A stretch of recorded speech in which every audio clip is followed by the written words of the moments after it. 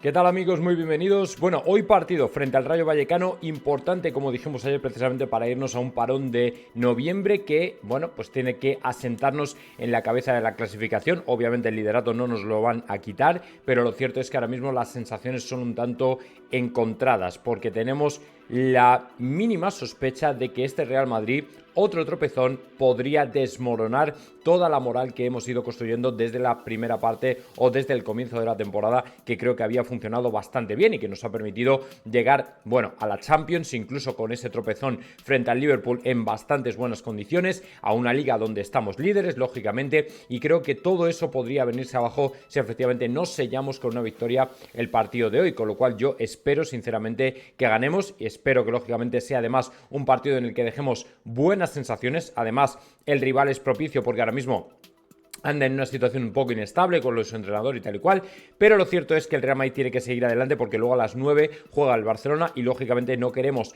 tropezar en Vallecas y automáticamente que el Barcelona pues nos pueda echar el guante o acercarse más de lo necesario. Pero bueno, antes de pasar a ver cómo Maroto tenía preparado, bueno, de hecho desgrana, ¿vale? Desvela completamente el bofetón que le tenía preparado Florentino judicialmente, o que le tiene de hecho preparado Florentino judicialmente a la UEFA y demás instituciones que han preferido mantener el fútbol tal y como está, cuando saben positivamente que no es sostenible. Antes de pasar a eso, quiero, gracias a Héctor Moedano, por supuesto, educar, porque me voy... A ver, todo esto los que tenemos un poquito de ideas de finanzas lo sabemos, ¿vale? Pero hay gente que va un poquito más atrás, sobre todo culés que efectivamente tienen poco o nada de financieros o poco o nada de conocer ya a su presidente Laporta y a los que hay que explicarle lo que es una palanca, lo que es un activo, lo que es una venta, una licencia, un préstamo, porque no tienen la menor idea. Y gracias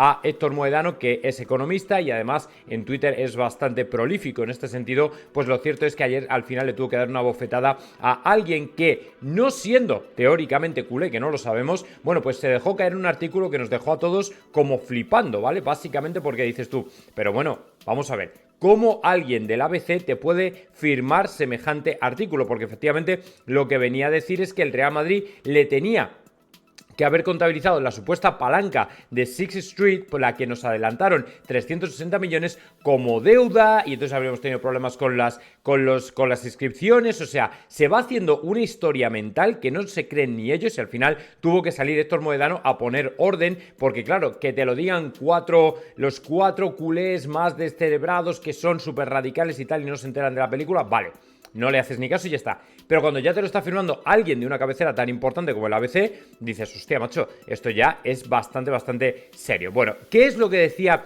el ABC ayer? Pues lo que decía básicamente era esto, ¿vale? Publica ABC que la conversación del Real Madrid en sociedad anónima para dejar de ser completamente socios en beneficio de empresas privadas puede deberse para sufragar los 1.163 millones de euros de deuda neta de la reforma del Santiago Bernabéu, casi el triple de lo presupuestado inicialmente. Florentino Pérez hipotecó los ingresos futuros del club, siendo el primero en vender una palanca Sixth Street y Legends a cambio del 20% de los ingresos en determinados nuevos negocios del estadio, como la realización de conciertos o de la construcción de un parking. Todo ello paralizado posteriormente en los tribunales. Sostiene el periódico que recibió 360 millones de euros en 2022 por esta venta de activos, que fue directamente a tesorería cuando debería haberse computado en el presupuesto como deuda, porque aunque no sea un crédito con plazos, no deja de ser un adelanto de dinero futuro, lo que le habría generado problemas con el límite salarial para fichajes e inscripciones de sus futbolistas. O sea,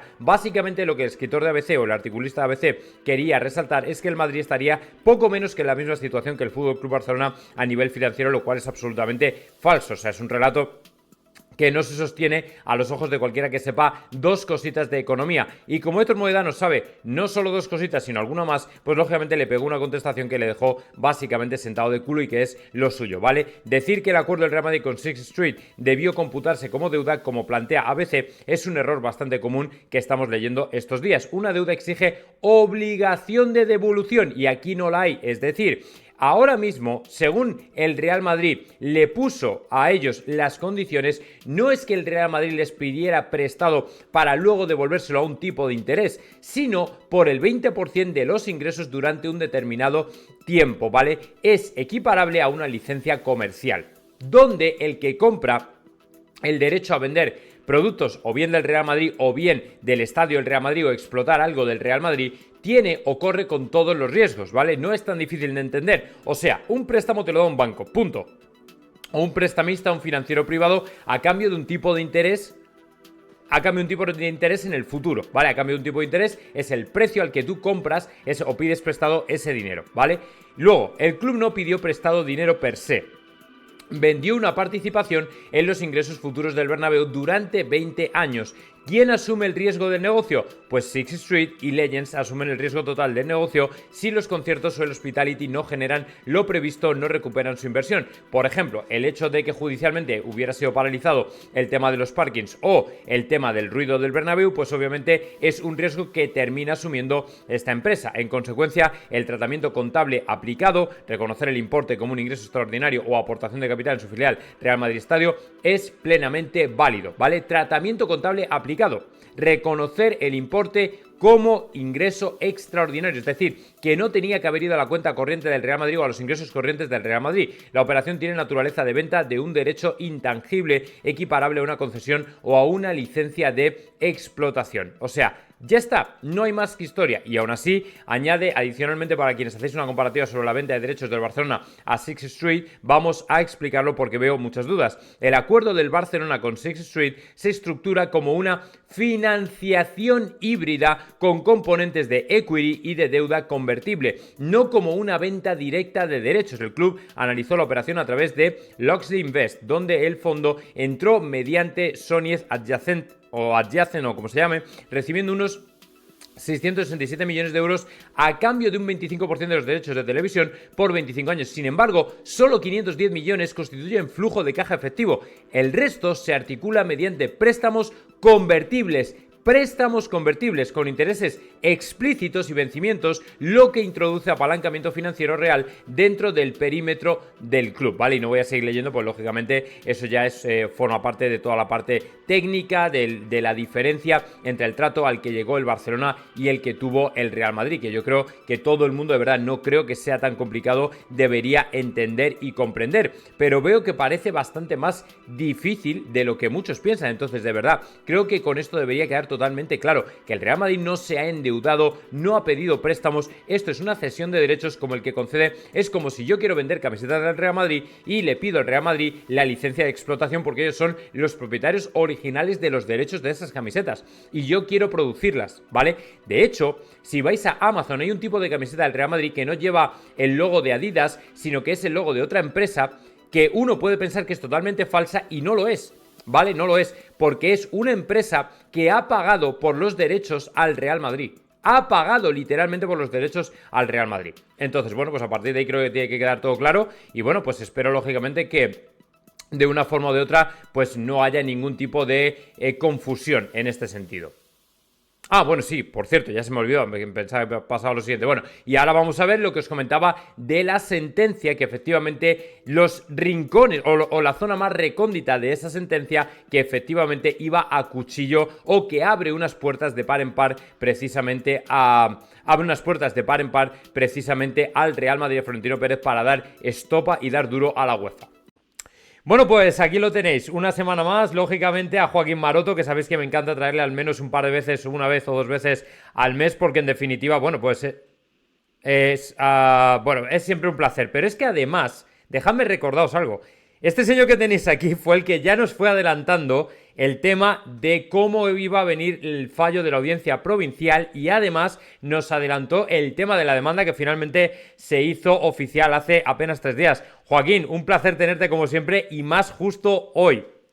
Muchas gracias, siempre también es un placer para mí verte y estar con tu audiencia, con Dr. J y con todo el madridismo que te sigue, que es mucho y muy bueno además. No, desde luego que sí, sobre todo porque además el otro día precisamente hablando un poco de todo, bueno, todo lo que ha pasado evidentemente en estos días, que ha sido no poco, porque por un lado conocimos el fallo de la audiencia provincial que efectivamente venía a favor de la Superliga, de lo que por cierto vamos a hablar durante los primeros 10-15 minutos, que quería comentarlo contigo, y además luego vino lo que ya nos habías comentado y habíamos comentado en el canal, que seguramente se iba a pedir, porque además el propio comunicado del Real Madrid ya lo dejaba entender, daños y perjuicios. ¿Nos puedes dar una pequeña introducción Joaquín, de en cómo valora el Real Madrid, aparte de que lógicamente vayan a pedir daños y perjuicios y todo, que esté el Real Madrid, que esté a 22, pero que por ejemplo el Barcelona no esté? ¿Cómo se valora todo esto dentro del equipo? Bueno, primeramente, la sentencia se valora muy positivamente, ¿no? Aunque en el Real Madrid tiene la impresión, y también en A22, de que la UEFA se pasa por el forro las sentencias del Tribunal de Justicia de la Unión Europea, ¿no? De que no hace mucho caso y de que prácticamente está rozando el desacato, ¿no? Como la sentencia de la Audiencia Provincial abre la ventana a la petición de compensaciones económicas, precisamente por este retraso en la puesta en marcha del proyecto, pues por eso se ha presentado está hecha la sentencia, o sea, la demanda está hecha, la demanda está preparada y falta presentarla, pero eso es una cuestión formal que se va a hacer, pero la demanda del Real Madrid contra la UEFA por este asunto está hecha. Bueno, y efectivamente, si te fijas, en cada una de las sentencias que ha habido durante todo el caso Superliga, ha habido siempre un comunicado del Real Madrid, digamos que hablando de esa sentencia, otro de A22 y otro del Barça. Menos en esta última. En esta última ya no ha habido comunicado del Barça, ha habido lo que se dice en Italia, silencio estampa. Se han callado, no han dicho nada, nadie del Barça ha dicho nada. Pues mira, yo tengo mis sospechas. Yo creo que el Barça ha hecho lo que se dice en Cataluña, la puta y la Ramoneta, que está jugando dos barajas. Exacto. Y que como depende de la UEFA, que ellos puedan jugar en el Camp Nou o no los partidos de Champions, como depende de la UEFA que les metan la multa o no, como depende de la UEFA el tema del fair play financiero, pues quieren llevarse bien con la UEFA y bueno, se prestan a hacer este doble papel, ¿no? Es peligroso porque pueden terminar también siendo, digamos, reclamados por el Real Madrid, como el resto de los equipos que abandonaron el proyecto de boquilla, porque no lo han hecho formalmente, no lo han hecho renunciando con el documento. Pero en todo caso, como voy a ver pronto a Laporta, quizá la semana que viene, pues le voy a preguntar por esto. Y entonces ya te contaré y además lo pondré en el periódico, ¿no? Lo que me diga. Bueno, esto sí que es una novedad porque además estamos interesados en ver a ver qué te dice. Sí, tengo información del Barça. Bueno, pues nada, a ver qué te dice efectivamente Laporta, porque la sensación que nosotros tenemos, Joaquín, como madridistas, es de que justo ha ido a saltar del barco en el peor momento, porque si el Barcelona tendría, además de hecho y de derecho, la posibilidad de meterse en esa demanda, también le podría venir muy bien que le repararan a nivel de 1.000 millones, 2.000 millones o 4.000, que es lo que está pidiendo el Real Madrid. ¿Tú crees que efectivamente por hacer, como dices tú, lo uno y lo otro, por jugar a dos barajas, al final han terminado tropezando, o que de alguna manera es un riesgo calculado? Bueno, vamos a ver. Yo es que creo que Laporta en este momento tiene en la cabeza que la Superliga no va a salir, y por lo menos no va a salir a corto plazo o en el plazo en el que él pueda seguir siendo presidente del Barça. Y ante esta situación prefiere subirse al caballo ganador, entre comillas, aunque sea a mitad de carrera. Laporta es capaz de cambiar de caballo a mitad de carrera y en realidad es lo que está haciendo y es lo que ha hecho, ¿no? Exacto. Y sí, es lo que ha hecho. Estaba con el proyecto. Pero bueno, la verdad es que las relaciones entre el Barça y el Real Madrid, más concretamente entre Laporta y Florentino, que eran magníficas hasta hace no tanto, empezaron a estropearse hace aproximadamente medio año y en este momento están regular tirando a mal, ¿no? Regular, o más mal que bien, por decirlo claramente, ¿no? Y esto viene porque el Barça tuvo en la mano la oportunidad de presentar una reclamación en el Consejo Superior de Deportes contra Javier Tebas cuando Javier Tebas hace públicos datos de la economía del Barça que no podían ser revelados, ¿no? Esto hubiera supuesto la inhabilitación de Tebas, pero el Barça decide no ir adelante con esa demanda, ¿no? Que, por cierto, ha retomado ahora un personaje curioso, exacto, que es Miguel Galán, que sí que lo ha hecho. Miguel Galán sí que lo ha hecho, ¿no? Y Miguel Galán, ¿quién es Miguel Galán? Bueno, Miguel Galán es el presidente de la escuela no oficial, digamos, entre comillas, de entrenadores, y digamos que en el fútbol español ejerce el mismo papel que Junts per Catalunya o el PNV en el gobierno de España. Es decir, es muy pequeño, pero es bisagra. Es bisagra, eso. Es bisagra, o sea, digamos que es un personaje bisagra, ¿no? A Galán, al que llaman querellator, por su afición a presentar querellas a diestro y siniestro, la gente a veces se lo toma chufla porque eso le llaman querellator, por tal, por cual. Pero ojo, no tiene un pelo de tonto y es bastante efectivo. Es decir, Miguel Galán, alias querellator, se cargó a Villar con una demanda que presentó. Es la verdad. Sí, y además también, esta última, perdón, corrígeme si me equivoco, creo que la han elevado al tal. Claro, por eso te digo, igual que la de Villar, pero es que luego se cargó a Rubiales por el mismo motivo, o sea, por la misma vía. Y también a Rocha. O sea, que es que eso, la gente le dice querellator un poco a chufla, pero este tío, o sea, al que donde pone el ojo pone la bala. O sea, es tremendo, ¿no? Sí, y ahora exactamente está con lo de Javier Tebas, sí. Bueno, pues vamos a ver, te voy a dejar este tema un poco para más adelante porque quería pasar a leer contigo 5 párrafos de la sentencia, Joaquín, sí, para que me comentes un poco, ya no solo cómo lo ves tú, cómo te ha podido llegar a ti de información del Real Madrid, de cómo se lo toman, ¿no? Por ejemplo, el primer párrafo que he destacado de esa sentencia dice: las normas de autorización previa y el régimen sancionador de UEFA y FIFA no se basan en criterios materiales ni en reglas de procedimiento que garanticen decisiones transparentes, objetivas y precisas. Básicamente, al cristiano, la UEFA no puede seguir actuando como juez y parte y debe establecer criterios claros y verificables para aprobar competiciones sin decidir arbitrariamente qué proyectos prosperan y cuáles no. Es decir, como que lo ha hecho de una manera muy discrecional, lo de descartar a la Superliga, a la UEFA. Entonces, esto, en teoría, Joaquín, significa el fin de que UEFA o FIFA, en este caso, sean juez y parte. Bueno, exactamente es eso, ¿no? Que esa es precisamente una de las cosas que no la Superliga, sino que antes de la Superliga ya reclamaba el fútbol, que la UEFA no pudiera ser juez y parte en las competiciones. Pero efectivamente es lo que hacen. Entonces, que ellos, ¿cuál es su manera de actuar? Pues a Dios rogando y con el mazo dando. Es decir, te dicen una cosa y hacen la contraria. Te dicen que sí, que puedes montar una competición, pero luego te llenan la rueda de palos para evitar que lo hagas, ¿no? Ya. Y amenazan a los clubes que dicen que quieren jugarla o que se aproximan a jugarla y hablan con los gobiernos por su proximidad. Por ejemplo, con los ingleses hablaron con Boris Johnson para convencerle de que no lo hiciera y, en fin, te revientan la competición.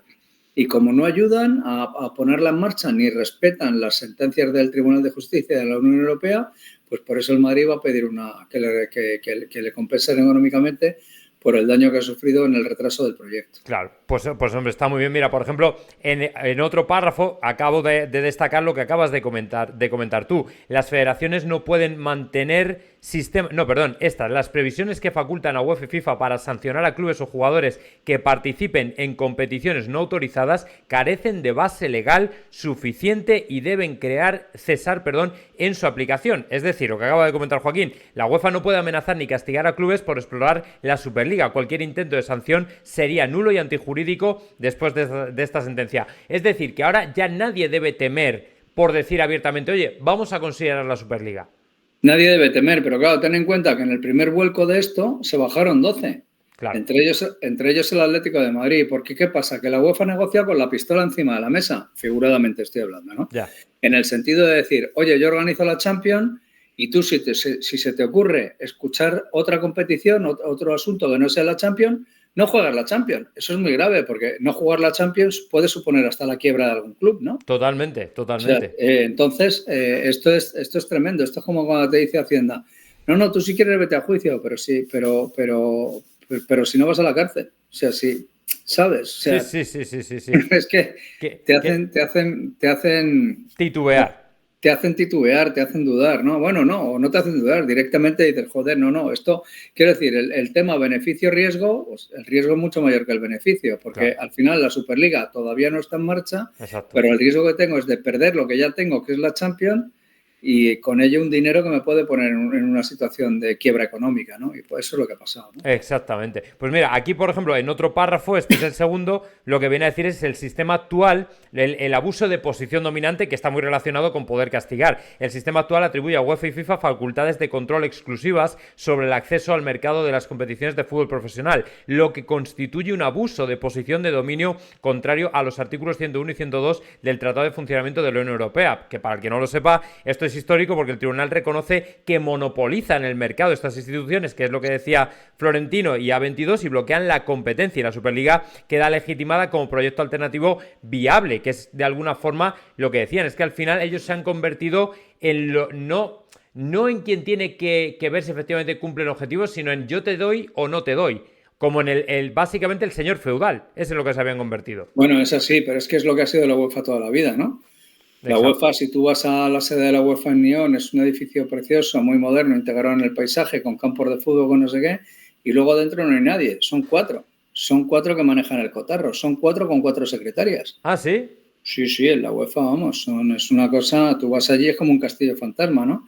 Y en realidad es Ceferín, Teodorakis, que es el secretario general, 4 que tienen con ellos y el resto la secretaria, o sea, una cosa que no puede ser que gobiernen el fútbol de esa manera. Vamos a ver, el monopolio en todas sus formas está prohibido en todo el territorio de la Unión Europea en base a 2 artículos, el 101 y el 102, que dicen que no se puede tener un negocio en exclusiva dentro del territorio de la Unión porque eso va en contra del consumidor, va en contra del libre mercado, va en contra de la competencia y va en contra del precio libre, ¿no? De las cosas, ¿no? Evita que, o sea, que puedan hacer trampas, digamos, manipulando el precio de las cosas, ¿no? Yeah. Y eso es lo que ha hecho. Por poner un ejemplo que la gente lo va a entender, es como si en tu barrio, joder, hay una farmacia y otro que es la UEFA y otro quiere poner otra farmacia, ¿no? Y la farmacia primera, que lleva ahí 50 años, dice, bueno, sí, ¿qué es lo que están haciendo ellos realmente? Tú pones la farmacia, pero luego le dicen a los camiones que traen las medicinas de fuera, de los laboratorios, le dicen, oye, al que pase ahí a darle algo a aquí que no vuelva más con el camión. Ya. Y tú resulta que tienes la farmacia en todos los barrios de Europa, está expandida por toda Europa.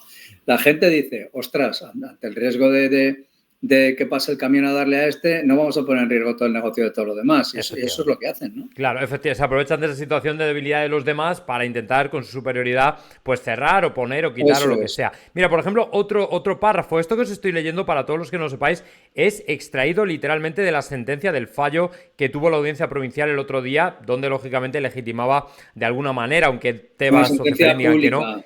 Y es un fallo firme. Efectivamente, bueno, no cabe un recurso en el plazo de 20 días, que es posible que recurran, pero vamos, no van a ganar nada. Ah, todavía tiene recurso. Ah, vale, estaba yo entendido. Tiene un recurso de 20 días. Lo que no tiene recurso es la sentencia del Tribunal de Justicia de la Unión Europea, que ya falló en firme, y contra esa sentencia no hay ningún tribunal por encima de esa sentencia. Exactamente. Pues mira, ya tengo aquí el último párrafo, que es, digamos, el más notorio, porque es una orden directa. Dice, se ordena a UEFA y FIFA cesar en las conductas declaradas contrarias a la competencia, que es un poco lo que hemos comentado antes, remover sus efectos y abstenerse de reiterarlas en el futuro. Es decir, la Audiencia y el Supremo mandan un aviso directo a UEFA, o modifica su normativa para ajustarse al derecho de la Unión, o se expone a nuevas demandas millonarias, que es precisamente lo que para mí abre la puerta que el Real Madrid demande, y a sanciones por competencia o de la competencia.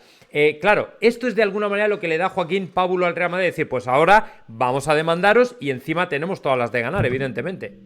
Bueno, el Madrid ya tenía en la cabeza que algo así podía pasar, ¿no? Ya los abogados del Madrid, que son muy buenos, se habían dado cuenta que los tiros iban a ir por ahí. Es decir, que esta sentencia, si les era favorable, como no podía ser de otra forma, porque no puede haber un tribunal inferior, como es la Audiencia Provincial de Madrid, que vaya contra la jurisprudencia que es un tribunal superior, que es el de Justicia de la Unión Europea. Entonces, como eso no iba a pasar, pues lo que faltaba por ver era si esta sentencia de la audiencia abría la puerta a la petición de compensaciones económicas por el daño causado y el lucro cesante, ¿no?